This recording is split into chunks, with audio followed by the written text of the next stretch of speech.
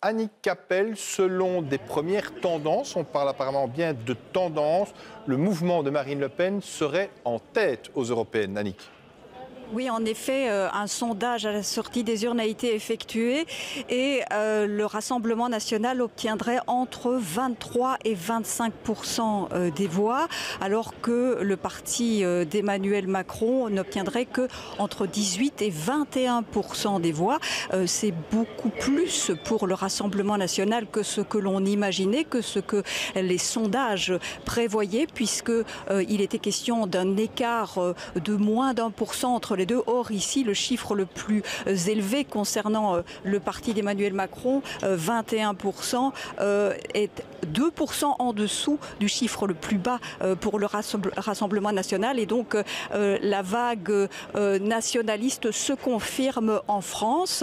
On dispose également de chiffres concernant d'autres pays, notamment l'Allemagne, où là, l'extrême droite a plutôt tendance à se tasser, puisque le parti AfD plafonnerait à 10% seulement.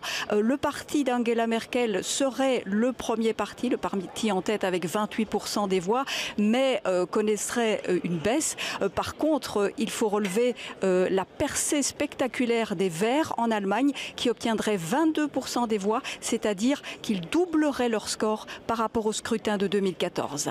Eh bien écoutez, deux langages différents, en tout cas du moins pour l'instant. Le président Tom Van Rieken, 32 ans, vient d'arriver ici dans la salle il y a 5 minutes au son de Notre Peuple d'abord. Il a pris la parole et pas un mot sur la NVA, pas un mot non plus sur les autres partis avec qui il les aimerait pourtant gouverner dans les prochains jours. Il a dit, le président Tom Van Rieken, respecter l'ensemble des partis. Il a expliqué s'entretenir avec tous les partis flamands dans les prochains jours, mais pas un mot sur le cordon sanitaire. Pourtant, l'ancien président du Vlaams Blok, l'ancien Vlaams Belang, Philippe de Winter, avec qui on a pu s'entretenir tout à l'heure, lui demande à ce que ce cordon sanitaire soit tout simplement brisé pour pouvoir obtenir une majorité. Le Vlaams Belang qui a pour l'instant, d'après les premières intentions de vote, 22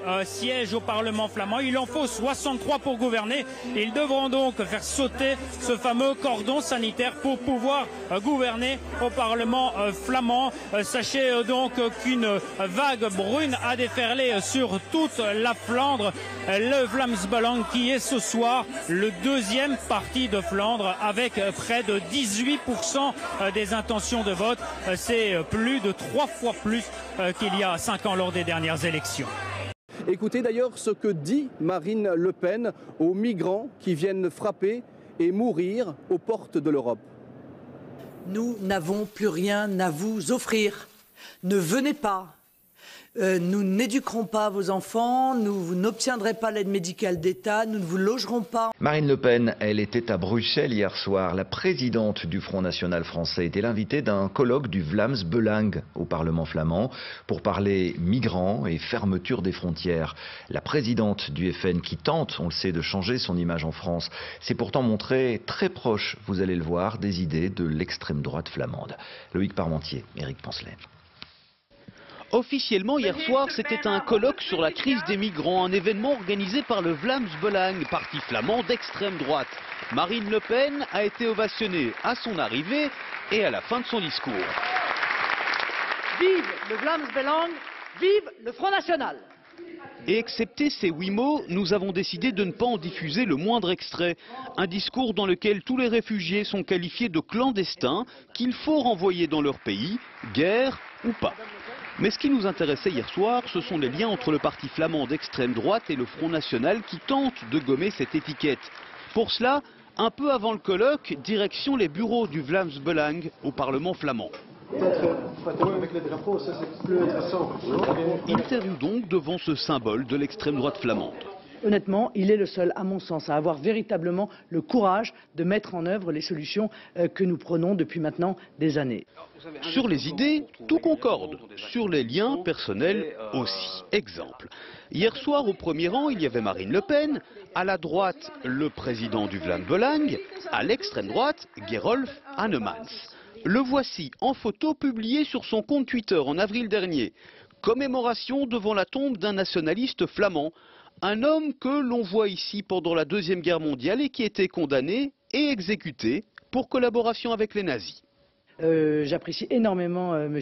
Annemans. J'ai eu l'occasion de rencontrer le nouveau président, bien sûr, avec lequel nous entretenons de très bonnes relations. Nous avons fait des actions internationales ensemble.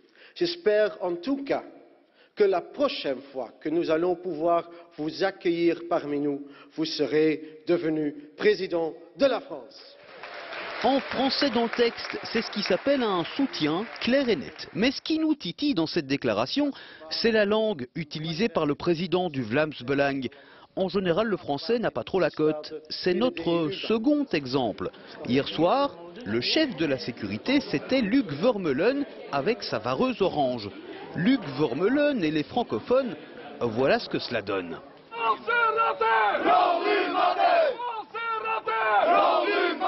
Rat francophone dégagé. Voilà le slogan. Et dire qu'hier soir, Marine Le Pen a parlé en français à la tribune pendant 23 minutes. Tant que les Flamands continueront à batailler avec les Wallons, ça ne me posera pas de problème. Ce qui m'ennuierait demain, c'est qu'il n'y ait plus de Wallons et qu'il n'y ait plus de Flamands, parce que nous aurons été submergés par une vague d'immigration. Hier soir, c'était bel et bien l'extrême droite qui était en colloque à Bruxelles.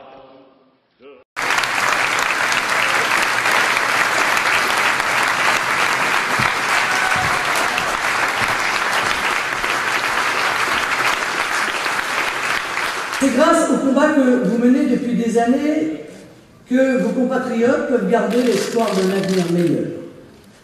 Un pays n'est rien sans la souveraineté, c'est-à-dire l'indépendance.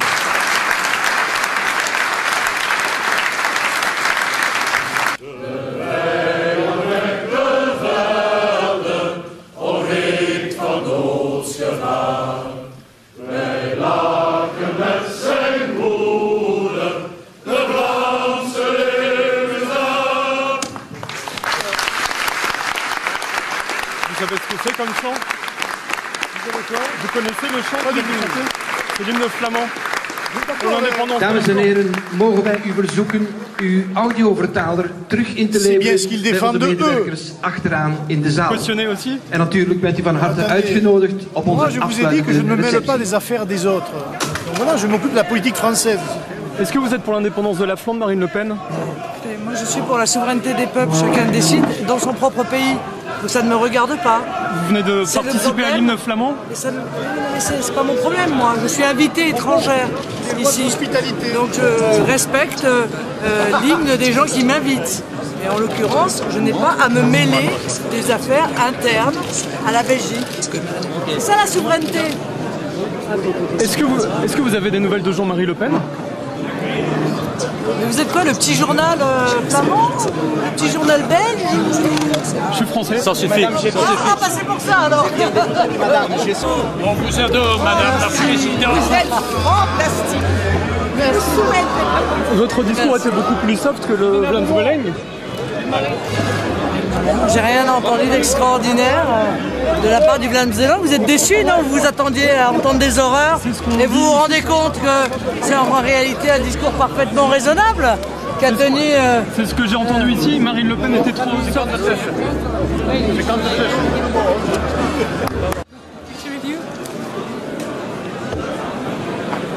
Non, mais vous avez des journalistes, c'était ceux qu'on avait il y a 20 ans, dis donc. Mais vos propos, les propos n'ont pas changé, non? Ils sont aussi bolchons que nous.